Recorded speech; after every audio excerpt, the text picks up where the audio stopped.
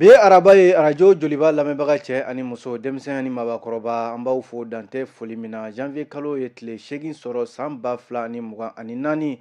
aw minnu sigilen bɛ ka aw ka kunnafoni gafew lakali waati kɔnɔ an b'aw fo dantɛ foli min na ni ladala jɛmukan in bɛ sigi aw ye ni ala ma foyi k'a na don o don k'a daminɛ ntɛnɛn fo ka se juma ma limana o diyagoyalen bɛ an ka kunnafoni di sɛbɛnw ɲini min b'a kɔnɔ o ye jamana kunnafoni de ye dɔw fana de bɛ wulikajɔ kɛ o ye anw fana baarakɛ ɲɔgɔn ye olu b'a sɛbɛn limana olu bɛ kunnafoni ɲini k'a fasiri o kumana min diyagoyalen bɛ anw kan o ye ka fasiri ninnu ɲini limanaw ka kɔnɔkumaw lakale aw ye bamanankan na ni y'an sigilen o de kɛnɛ kan arajo joliba Bamako yan an bɛ bɛɛ fo ka bɛɛ waleɲuman dɔn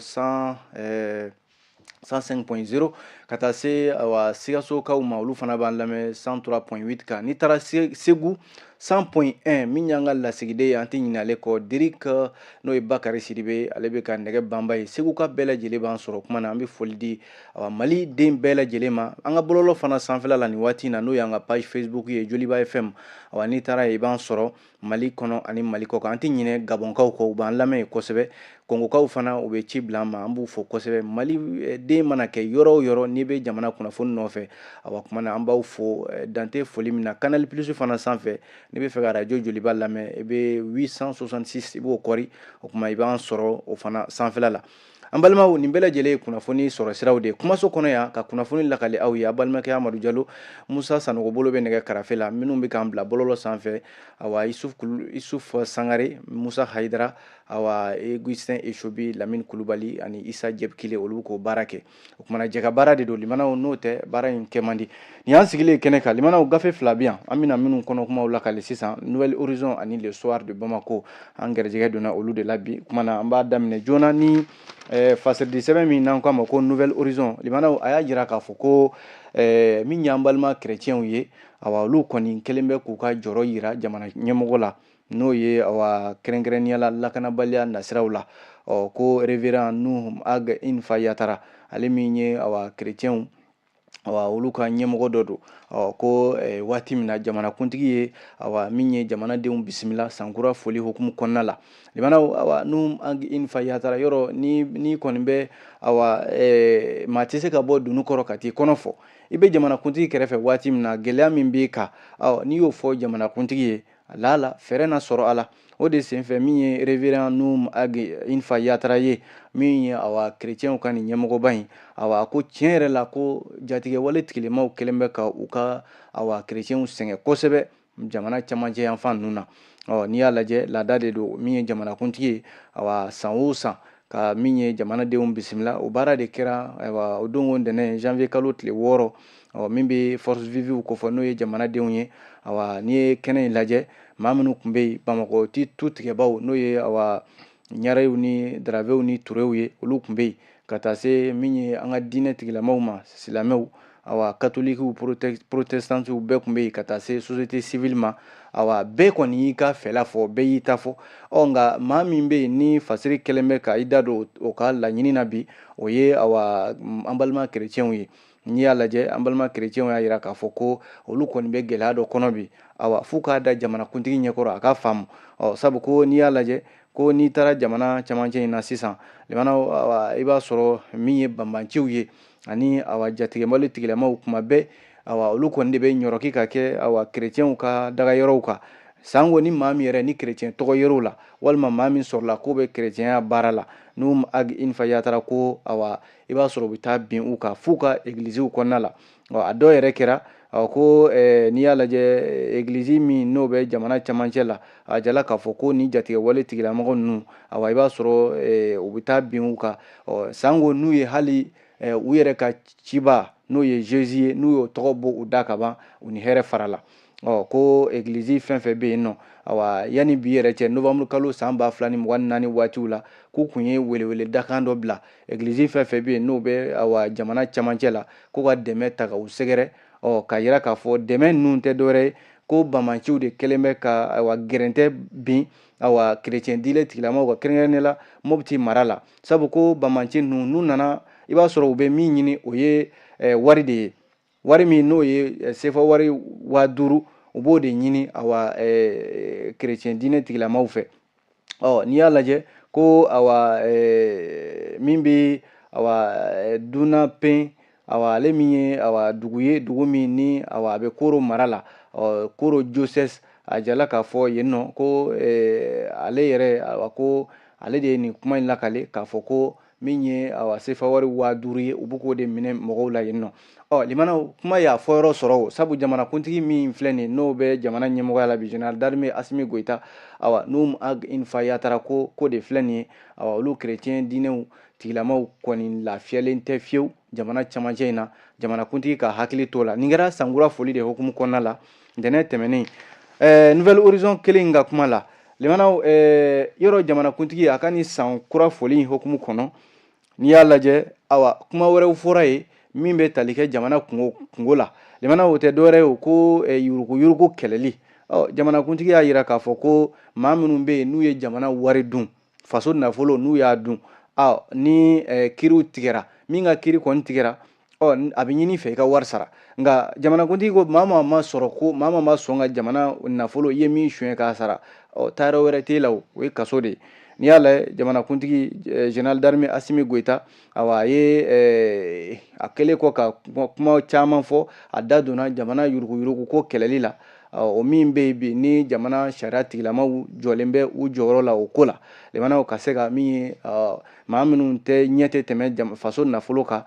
ka u kiri n'i y'a lajɛ jamanakuntigi da donna kiri caman na kiri minnu bɛ yen n'a ko k'olu tigɛcogo yɛrɛ ɲɛna a y'a jira k'a fɔ ko min bɛ san 2024 na kiri minnu tigɛra k'a daminɛ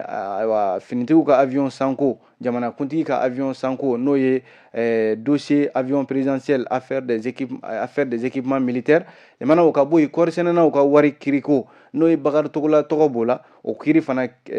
da donn'o la ka taa se SOMAGEP ka affaire ma limanaw fo ka taa se Banque de développement du Mali BDMSA o fana kiri o tun bɛ sen na min ye Institut national de prévoyance sociale INPS ni Banque malienne de solidarité fo ka taa se Sitakili ale maire ka kiriko ma limanaw da donna nin kiri bɛɛ la jamanakuntigi ka ɲɛfɔli la min ye Général d'armée Assimi Goïta ye a ko cour d'assises min ni o sigira limanaw cour d'assises ɲangi minnu kɛra a jarala k'a fɔ ko maa o maa minnu ɲangina ko nafolo min sɔrɔla u bolo limanaw a nafolo kasabi kɔni cayara kosɛbɛ sabu miliyari 50 ɲɔgɔnna o de sɔrɔla min ye dommage intérêt n'o ye amandiw n'a ɲɔgɔnnaw ye ko miliyari 100 ani miliyari 11 o de sera ka sɔrɔ kiri ninnu kɔfɛ limanaw o tɛ dɔ fara jamana wagandɛ kan wa o de la Général d'armée Assimi Goïta ye foli kɛrɛnkɛrɛnnen di jamana minisiri min bɛ kiriko kunna sabu ale de y'i jɔ i jɔyɔrɔ la ni kiri ninnu ka se ka kɛ minnu ye jamana nafolo ta n'u m'a sara walima konalatɔw na o de senfɛ jamanakuntigi y'a jira k'a fɔ ko malidenw yɛrɛ ma to kuma tɛ jamana kɔkanna ma wa ko maa si tɛna bɔ jamana kɔ kan k'a fɔ k'i bɛna jamana nafolo k'i b'a ta k'a k'i sago ye dɛ sabu malidenw yɛrɛ caman bɛ yen ko bɛ ka latɔn olu la jamana kiri tigilamaw fɛ sabu u bolo sera foroba nafolo ma ne maa min ko k'e bɛ bɔ jamana kɔ kan k'e bɛna fɛn wɛrɛ ɲagami Mali kɔnɔ jamanakuntigi ko sira tɛna d'i ma wa i tɛna to yen i k'o baara kɛ o de la ko minnu bɛ yen n'u ye foroba nafolo ta n'u ka kiri kɛra n'u ma sɔn ka wari sara k'u bilala ka taa wo la jamanaw bɛɛ b'o wo dɔn n k'a fɔ Nouvelle Horizon ka kunnafoni don limanaw Nouvelle Horizon kelen y'a jira k'a fɔ ko Nioro du Sahel a jala k'a fɔ Banmanju kɔni ɲɛsinnen bɛ nin dugu barikama in ma dugu min yɛrɛ ni Banmanca wale maa bɛ fama k'a mɛn k'a fɔ ko Banmanca wale ɲɛsinna Nioro du Sahel ma fasiri Nouvelle Horizon ka kuma la bi ko walejugu damadɔ de tugutugura ɲɔgɔn na ka ɲɛsin gendarmerie gouvernorat Nioro du Sahel ale kɔnɔna la yen nka limanaw a ma ja Banmanciw la dɛ sabu état-major général des armées ka kunnafoni la Banmanci min n'o fara n'o ye terroriste ye a bɛ se maa 30 ɲɔgɔnna de ma nka an ka finitigi maa kelen de n'i tora la limanaw ala k'o dayɔrɔ sumaya min bɛ Nioro du Sahel min filɛ Mali tilebiyan fan fɛ limanaw a jarala k'a fɔ ko nin waati laban in na Nioro du Sahel tɔgɔ bɛ mɔgɔw da kosɛbɛ k'a daminɛ ala ka ni cɛba in n'o ye Cɔrɔnɔ Amadu Hadi Tal ale min bɛ Tijaniya lasigidenya la Nioro du Sahel yɔrɔ ale bɛ Banmanciw bolo nin waati in na o ka kuma tɛmɛnen kɔfɛ maaw de bɔra kalama ntɛnɛn sufɛla fɛ ka dugu jɛ tarata yɛrɛ la i kɔrɔ limana ko jatigɛwale tigilamaw y'u ɲɛsin nin dugu in ma awa u fɔlɔla min na limana u y'u tila k'u kɛ kulukuluw de ye walasa u bɛ se ka fɛrɛ u ka baara ma fasiri b'a ɲɛfɔ cogo min na ko u sina gouvernorat ma n'o ye mara min bɛ n k'a fɔ Ɲoro du Sahel kunna o mara kɛbaga ka so gouvernorat u sina o ma o kɔfɛ poste de gendarmerie min bɛ yen u y'u ɲɛsin o fana ma limana nka Mali finitigi minnu bɛ yen fama olu ka wulikajɔ ka nin bamanan wale kunbɛn a jala k'a fɔ ko groupe de soutien à l'islam et aux musulmans n'o ye GSIM maaw ye olu de don ko Mali finitigiw kɔni sera k'u kunbɛn fo kunbɛncogo ɲuman min fɔra sa limana bamanci min n'o su seradalen yera kɛlɛ tɛmɛnen kɔfɛ a bɛ se maa 30 ɲɔgɔnna de ma walasa limanaw seere minnu fana sɔrɔla Ɲoro du Sahel kɔnɔna la yen olu caman yira k'a fɔ ko nin kɔni ye olu yɛrɛ dabali ban kosɛbɛ Ɲoro du Sahel ka minnu yɛrɛ bɛ i n'a fɔ politiki maa min bɛ n'o ye Seku Ɲame Bacili ye a ko Ɲoro du Sahel tɛ nin dugu ye dugu min bɛ bamanan wale dɔn a bɛ se san 3 ma olu m'a mɛn k'a fɔ ko walejugu tigilamaw n'o ye jatigɛwale tigilamaw ye k'u ɲɛsinna Ɲoro du Sahel ma nin min kɛlen filɛ nin ye a kɔni kan ka maa bila ka i yɛrɛ ɲininka kun jumɛn na bamanciw b'u ɲɛsin nin dugu in ma n'o ye Ɲoro du Sahel ye ko an y'a fɔ cogo min na bamanci n'u y'u tila de limana ka u ɲɛsin dugu in ma nka finitigiw sera ka u kunbɛn ko maa kelen min bɛ yen n'o fatura n'o ye finitigi ye o kɛra gouverneur yɛrɛ ka yɔrɔ de la bamanciw ɲɛsinnen yen ma ko o ni tora o la ani denmisɛnnin fitinin dɔ o joginna nka joginda in ma juguya kosɛbɛ o fana kɛra gouverneur de ka so o ye denmisɛnnin fitinin o kun ye gouverneur ka baarakɛla de ye o ka baarakɛla den fitinin dɔ bɛ yen dɛ ko marifaci min tɛmɛna bamanciw ni finitigiw ni ɲɔgɔn cɛ limana o kɛra sababu ye o joginna nka joginda in k'a ma juguya kosɛbɛ limanaw u ka sɔrɔ ka état major général des armées a ka sɔrɔ ka kunnafoni labanw di ko maa kelen o ni tora la fama fanfɛla la min ye maa kelen o joginna ko mobili kelen o jenina limanaw nka finitigiw sera ka tɛgɛ kɛ n'i y'a lajɛ min bɛ pistolet mitrailleur 19 AK-47 AK-47 u y'o kelen fana minɛ lance roquette kelen anti-char kelen ani minɛn caman n'o ye kɛlɛkɛminɛnw ye u y'o caman de minɛ nin bamanci ninnu na état major général des armées ko halisa finitigiw kɔni bɛ wulikajɔ la maa tɔ minnu bɛ yen n'olu sera ka tila finitigiw ka nin wulikajɔ in na ka se ka u ɲini limana o waati kelen o ko kelen nɔfɛ halisa min ye ɲɔrɔn kalifa in ye n'o ye Cɔrɔnɔ Amadu Hadi Tal limana ale fana bɛ bamanciw bolo ale min yɛrɛ n'a fɔra k'a fɔ ani jamana ɲɛmɔgɔw u ka surun kosɛbɛ kunnafoni filɛ nin ye limana Nouvelle Horizon a ye nin sɔrɔ a kɔnɔna la bi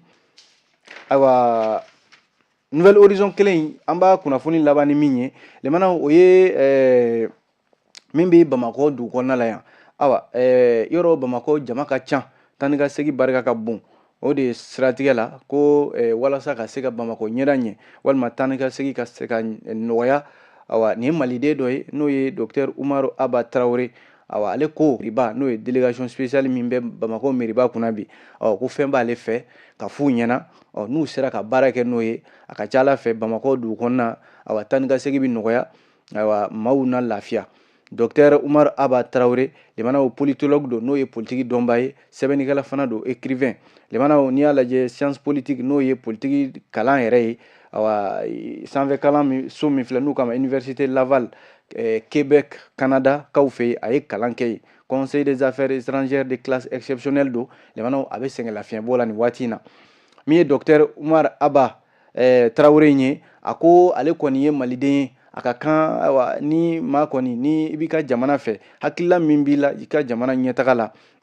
n'i ma se ka fɛn kɛ ni se ma k'i ye nka i ka hakilila in bɔ k'a bɛn i k'a fɔ faamaw ye ne kɔni hakilila in nin n'a bɛ se ka baara kɛ n'a ye k'a filɛ ne ka o de ɲɛfɔ k'o kɛ sɛbɛnni ye k'o ci délégation spéciale min bɛ Bamakɔ meriba kunna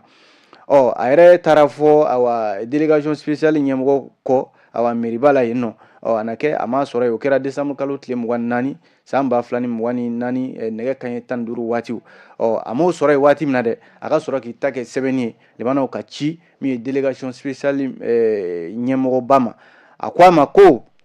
ale ye maliden ye ale sigilen bɛ jamana kɔ kan ko Bamako de ye Mali faaba ye a ka kan Bamako ɲɛda kɔni ka ɲɛ n'i nana Bamako i ka nisɔndiya i k'a dɔn k'a fɔ tiɲɛ yɛrɛ la nin ye anw ka faaba ye faaba ɲɛda kan ka ɲɛ ko nka n'i ye Bamako lajɛ bi ayiwa Bamako kɔni n'i y'a ni faaba caman lajɛ maloya b'a la dɛ sabu ko Bamako kelen bɛ i b'a fɔ ko ni wɛrɛ min ni yɔrɔ baganw de bɛ yaala ye ko baganw de bɛ yaala Bamako n'a lamini bɛɛ lajɛlen la wa n'i nana hali dugu kɔnɔna in na limanaw ka bolimafɛn sɔrɔ ka taa ni ka segin kɛ o bɛɛ lajɛlen ye gɛlɛya ye ko n'i ye capitaliw la n'o ye faabaw ye faaba minnu bɛ yen na ayiwa a ko olu caman bɛ yen bi i b'a sɔrɔ bolimafɛn minnu bɛ maaw ta n'o ye bisiw ye o ka ca faaba caman na bi faaba dɔw yɛrɛ bɛ yen bi i b'a sɔrɔ olu bɛ métro ko de la métro de bɛ maaw ta ka yaala n'u ye ko tramway n'o fana ye a damana terrain fitinin dɔ ye min bɛ maaw ta ka yaala n'u ye o tɛ farajɛla ye dɛ o ye an yɛrɛ kɛrɛfɛ jamana dɔw ye farafinna yan limanaw ko da ɲɔgɔn ma a bɛ na ni kolanɔgɔ ye dɛ nka n'i fana y'i faden lajɛ awa ɲɛtaga min kɛ ka i sɛgɛn o ma a dɔ bɛ dɔ la i fana bɛ sɔn ka baara kɛ ko an bɛ don min ko bi an bɛ 21e siècle de la limanaw n'a fɔra ko Bamako ye faaba ye Mali faaba don ko ka kɔn bi ɲɛ mɔgɔw de tun bɛ misali ta Bamako kan sabu bisiw tun ka ca yan taa ni ka segin tun ka nɔgɔ nka an bɛ don min ko bi a kɛra soroba ɲami ye n'i nana Bamako yan taa ni ka segin ka gɛlɛ sira tɛ yen limanaw dugu nɔgɔlen bɛ awa min bɛ Umar Aba Tarawele a ko nin bɛɛ lajɛlen ye ale bila ka kuma k'a fɔ Bamako awa délégation spéciale mairie ye sabu Bamako koɲɛ bɛɛ lajɛlen b'ale de bolo a k'i hakili to nin yɔrɔ in na tiɲɛ don u ye baara kɛ dɛ u ye Bamako furan ka jɛ ɲama caman de tun bɛ yen u y'o jɛ u y'o furan ka bɔ yen ko hali ni waati laban in na limanaw baara dɔw bɛ ka kɛ nka ale kɔni ɲɛ bɛ min na taa ni ka segin la ale bɛ fɛ ka min ɲini n k'a fɔ délégation spéciale ɲɛmɔgɔ fɛ o ye de a k'a lajɛ awa taama sira kuraw n'o ye mobiliw ye bisiw ka se ka bila sira kan n'o tɛ ko bi in na awa taxiw ni moto taxiw kɛlen bɛ ka Bamako feere ka ɲami bi a dɔw yɛrɛ bolili ka hali sira sariyaw dɔn caman t'o dɔn k'a ka kan awa moto taxi ko ni taxi ko ninnu limanaw a ka bila sariya kɔnɔ walasa maaw ka taa ni ka segin ka se ka kɛ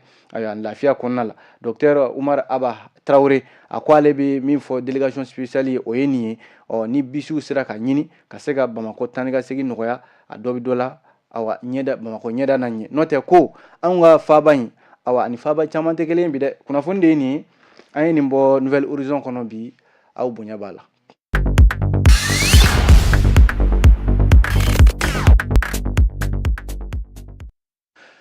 limanaw n'an bɔra yen nɔ fasirila di sɛbɛn min n'o ye Soir de Bamako ye an b'ale ta limanaw a kumana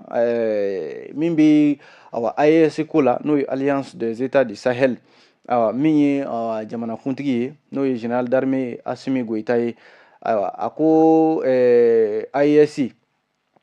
bilala sen kan ko nka CEDEAO kɔni maa si kana i da k'i miiri n'a ye k'a fɔ Mali bɛ CEDEAO la tuguni o kɔni o kuma de banna pewu Mali tɛ CEDEAO ko finman n'a jɛman foyi la bilen minnu kun sigalen b'a la ko awa yɔrɔ CEDEAO bɛ Mali nɔfɛ ko an ka segin kalo 6 dira Assimi Goïta ko kalo 6 ko tɛ bilen dɛ Mali yɛrɛ de tɛ CEDEAO la bilen o kuma de banna pewu nin kuma fɔra limanaw sankura foli de la ani jamanadenw n'o ye force vive olu ka samɛ foli n'i y'a lajɛ limanaw min ye jamanakuntigi ye général d'armée Assimi Goïta a ko ale n'i y'a d'ale ma ale bɛ CEDEAO yɛrɛ ni jatigɛwale tigilamaw de sanga sabu ni e bɛ tɔn min na tɔn min ni e ma se ka fɛn ɲɛ e ka tɔnden fo ka datugu o da la a fɔ min ma ko embargo k'o bali ka taa ni ka segin kɛ o ka sɔrɔ ye min ye ka i sen da o kan ko jɔnni de bɛ se k'a fɔ ko CEDEAO ye hinɛ tɔn ye ka ɲɛsin Mali ma n'e ma bɔ o tɔn na yɔrɔ i fana i y'a k'i yɛrɛ la dɛ jamanakuntigi y'a jira k'a fɔ ko ka Mali ka to CEDEAO la o kɔni kuma t'a la bilen Mali tɛ segin CEDEAO la bilen ni fɛn wɛrɛ bɛ kɛ o de bɛ kɛ n'o tɛ Mali kɔni tɛ segin CEDEAO la bilen ko AES Alliance des États du Sahel min sigira awa ni maa bɛ kuma i ka kuma ni AES ko ye walima AES bɛ ɲɛtaga sɔrɔ cogo min na i bɛ se ka kuma n'o de n'o tɛ ko CEDEAO ko o kɔni o page yɛlɛmana a mɛnna ko a bɛ min fɔ jamanadenw ye halisa u ka jija de fara u boloda la. Jamana ɲɛmɔgɔw bɛ baara fɛn fɛn na bi limanaw a bɛɛ kun ye jamana in bɛ se ka lafiya de. A ka kuma la limanaw a ma kuma in fɔ ni kulonkɛ ye dɛ. Jamanakuntigi y'a jira k'a fɔ ko CEDEAO ko a banna pewu. Mali n'i kɔni bɛ Mali sini kuma fɔ i b'a fɔ AES de kɔnɔ, n'o tɛ k'a fɔ de ko Mali segintɔ don CEDEAO ko la walima kuma ka kɛ Mali ka segin CEDEAO la ko jɛkulu min tun bɛ fɛ ka Mali ko yɛrɛ dabila pewu, sabu u bɔra kalama k'a fɔ CEDEAO t'a yɛrɛ bolo, maa wɛrɛ de bɛ CEDEAO kɔ, CEDEAO bɛ ka baara kɛ n'o de tigi ka hakilila ye. Tɔnden min n ko k'a tɛ jɛn n'o ye ko e na fɛɛrɛ ka bɔ de, Mali kɔni bɔra sa ko kɔsegin tɛ yen bilen. Limanaw Suware Bamako kelen in ka kuma la n'i ye jateminɛ kɛ nin waati laban in na ko maa minnu bɛ yen ni Ala ye bana dɔ k'u gɛrɛjɛgɛ, bana min n'a tɔgɔ ye ko kuna. Limanaw kuna dɔw yɛrɛ k'a ma ko banaba. Yɔrɔ nin bana in limanaw a ye maa minnu sɔrɔ, jamana de hinɛna u la ka dugukolo di u ma. Limanaw n'i y'a lajɛ dugukolo in fiyɛ bɛ taa fɔ hectare 24 de la, a filɛ nin ye Kalabanbugu commune 4 la Bamakɔ sigida 4nan la. Ko ni banabaatɔ ninnu minnu kɛnɛyara ka bɔ banaba bolo n'o ye kuna ye ko bibi in na u bɛ ka jalaki bin minisiri min bɛ dugukolo ko kunna, u bɛ ka jalaki bin dɛ, a n'a ka ladilikɛla dɔw n'o ye conseiller ye. O de la Fasiri Suware Bamako kelen bɛ ka ɲininkali min kɛ yan ko o kuma na minisiri min bɛ ministre de l'urbanisme, de l'habitat, des domaines, de l'aménagement du territoire et de la population a n'a ka conseiller yalima u bɛ ka kulonkɛ kɛ mun de la bi, walima u bɛ ka ninnu ka dugukolo ko hectare 24 u bɛ fɛ k'a bila minɛn jumɛn de kɔnɔ. O de ye ɲininkali yɛrɛ ye. Suware Bamako y'a jira k'a fɔ ko nin ɲininkali in kɛ kun bɛ dɛ, sabu ko n'i taara Kalabanbugu bi Bamakɔ sigida 4nan la ko nin sigida in a jirala k'a fɔ hectare 24 o de dira Ala ye maa minnu gɛrɛjɛgɛ kuna bana na n'u ka bana kɛnɛyara, jamana de ye yɔrɔ di u ma, sabu k'u ka sigiyɔrɔ kun bɛnnen bɛ limanaw min ye Centre national d'appui à la maladie o yɔrɔw de ma ye. U mana furakɛ i b'a sɔrɔ taayɔrɔ foyi t'u bolo, u b'u sigi u bɛ fara ɲɔgɔn kan de. Jamana de ye yɔrɔ min n'o ye Institut Marchou ye k'u ka bɔ yen yɔrɔ ka di u ma u ka se ka taa sigi yen nɔ. A jirala k'a fɔ o bɛnna Kalabanbugu de ma, a bɛ se hectare 24 ma, ko kabi san 2001 waati 2001 yɔrɔ o tɛ bi ye, ko conseil des ministres dɔ senfɛ avril kalo tile 24 o conseil des ministres y'a jira k'a fɔ ko ayiwa ni banabaatɔ minnu filɛ ko u ka sigiyɔrɔ bɛnnen bɛ centre Marichou ma k'u ka bɔ yen u ka taa sigiyɔrɔ ka di u ma. Conseil des ministres o kuma fɔ bɛn kɛra o kan, a ɲinina o waati ministre yɛrɛ fɛ ani min ye Centre national d'appui à la maladie k'u ka jɛ u ka yɔrɔ ɲini. Yɔrɔ ɲinita de taara bɛn Kalabanbugu ma. Limanaw hectare 24 min n'o ɲinina k'o sɛbɛn bɛɛ dilan k'o ban pewu. Kuma ma kɛ o daminɛ na fo don min na an bɛ don min na ko bi limanaw nin banabaatɔ ninnu de ko k'olu sigalen bɛ ministre yɛrɛ la, ni ministre da tɛ nin ko in na n'o ye Imiran Abdulaye a n'a ka conseillers ye, sabu ko u ka dugukolo a bɛ fɛ ka ndarakiw la k'a di maa dɔw ma minnu bɛ yɛrɛ ni u bɛ fɛ ka taa so jɔ a yɔrɔ kofɔlen ninnu na. Limanaw dugukolo min dira jamana faamaw fɛ n'a fɔra ko dugukolo o bɛ ka puruti dɔɔni ka di maa wɛrɛw ma, ni banabaatɔ ninnu y'a jira k'a fɔ ko u bɛ min ɲini olu ta in kuma tɛ fɔ yɔrɔ wɛrɛ dɛ, a bɛ fɔ jamanakuntigi de ye n'o ye général d'armée Assimi Goïta ye, a k'a faamu k'a fɔ dugukolo min dira olu ma a mɛnna kabi san 2001 fo ka n'a bila bi la ko dugukolo in bɛ fɛ ka minɛ u la dɛ. Ko minisiri min bɛ dugukolo ko yɛrɛ kunna, soko ni dugukolo ko kunna, k'u sigan bɛ o la, wa a ka conseillers fana k'u sigan bɛ o la, n'a sɔrɔla yɛrɛ o de tɛ ka ko in yɛrɛ ɲagami olu kɔ kan. Limanaw min bɛ tali kɛ Bankasi ale mara la, Bankasi sugu yɔrɔ Bankasi sugu ye tarata o tarata ye kunungo tarata janvier kalo tile 7 ko yen a kɛra jatigɛ waleba de ye, nka maaw siranna min ɲɛ a ma ko ye, maaw kun hakili la ko bamanciw de kun nana bin sugu kan, nka ko tasuma de wulila sugu kɔnɔna la. Limanaw a jirala k'a fɔ taji feere yɔrɔ dɔ n'o ye station dɔ ye min tɔgɔ ye ko Yusufu Danbele a bɛ sugu yɛrɛ kɛrɛfɛla la ko tasuma de wulila o taji feere yɔrɔ in na. Limanaw tasuma in fanga bonyana kosɛbɛ, sabu a ye tiɲɛniba de kɛ nka ko maa kɔni ni ma to a la, nka yanni maaw k'a faamuya limanaw a y'a sɔrɔ tasuma in kɔni a ye yɔrɔ ni tasuma ye taji bariko minɛ a bɛ pɛrɛn de, a pɛrɛnni min kɛ maaw kun hakili la ko bamananjan wale yɛrɛ daminɛnen y'o ye maa caman de bolila ka sugu bila ka i yɛrɛ ɲini yanni maaw k'a faamu o yɔrɔ a yɔrɔ kofɔlen in na ko protection civile ka kan jɔnjɔn tɛ yen cɛ kelen kelen minnu bɛ yen olu ni sugu jɔbaaw de farala ɲɔgɔn kan ka tasuma in ka se ka a dalasa sugu yɛrɛ sigicogoya kama maaw ka sigicogoyaw ni tasuma wulila nin cogoya la maaw ka don n k'a fɔ lakanabaaw ka don sugu kɔnɔ k'a fɔ k'u bɛ tasuma fa o de gɛlɛyara kosɛbɛ o kɛra sababu ye butigi fɛn fɛn bɛ taji feere yɔrɔ in kɛrɛfɛla la ko tasuma ye a caman de jeni bololafɛn caman kɔni tiɲɛna miliyɔn caman o tiɲɛna a ko siratigɛ ninnu na limanaw an bɛ kunnafoni kuncɛ ni min ye o ye nin fana tɛ kunnafoni duman ye sabu ko min ye dama ye limanaw yɔrɔ dama kɔni bɛ ka kɛ sababu de ye ka maa caman de bɔnɛ a nin na nin waati laban ninnu na o dɔ de kɛlen filɛ nin ye ko Kɛɲɛba mara la Kɛɲɛba min ye sanubɔyɔrɔ ye Mali kɔnɔ yan bolola sanubɔ n'o ye dama ye k'a filɛ nin ka muso 3 ɲɔgɔnna k'olu bɔnɛ u ni na dama de firila u kan a kɛra Siliji ale mara la Siliji limanaw ale bɛ Kɛɲɛba mara de la yen a jala k'a fɔ ko ani Kɛɲɛba cɛ yɛrɛ a bɛɛ lajɛlen bɛ Jalafara commune de kɔnɔna la ani Kɛɲɛba cɛ kilomètre 3 ɲɔgɔn na ko min bɛ dama in firilen muso 2 in kɔni olu kɔni ni tora la yɔrɔnin kelen nka maa 3nan in o taara ka taa Kɛɲɛba dɔgɔtɔrɔso la CSRF kɔfɛ a na kɛ ale joginda ma se ka ku a la nin kɛra Siliji min filɛ nin ye Kɛɲɛba mara la ko dama de firila muso 3 ka yen nɔ limanaw ko damako in kɔni tuma bɛɛ i b'a sɔrɔ i bɛ nin kibaruyaw de mɛn Kɛɲɛba mara in na yen nɔ kɛrɛnkɛrɛnnenya la sanubɔ yɔrɔ ko maaw hakili b'a la limanaw dama min firila na hali sisan o misigi bɛ maaw la o kɛra Kɔbadani Samaya min filɛ nin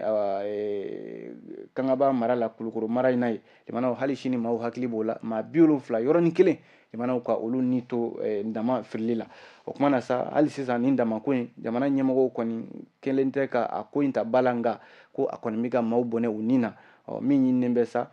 maa ni bɛ bɔnɛ fɛn min na jamana faamaw kan ka o ko ta ba la dɛ ka fɛɛrɛw tigɛ a ko la ko an t'a bila yan jamana Soir de Bamako ka kunnafoni don an ye nin sɔrɔ a kɔnɔna la o kuma na ni Ala sɔnna sini an bɛ ɲɔgɔn sɔrɔ yan n'o bɛnna Ala ma ka se ka kunnafoni wɛrɛw lase aw ma kuma aw ni ce aw ka filɛliko ɲuman na ka lamɛnliko ɲuman na k'an bɛn diɲɛ waati wɛrɛ